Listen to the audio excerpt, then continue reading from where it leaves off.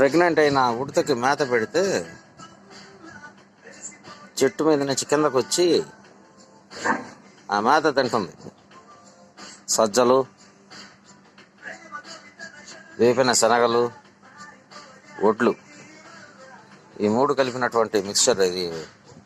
ఆ కోళ్ళకి, టర్కీ కోళ్ళకి, బాతులకి వేసే మేత అది.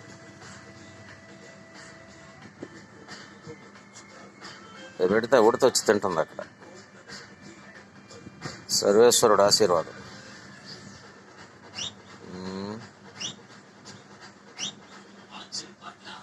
ఇది బాగా నున్నగా ఉంది కడుపుతో.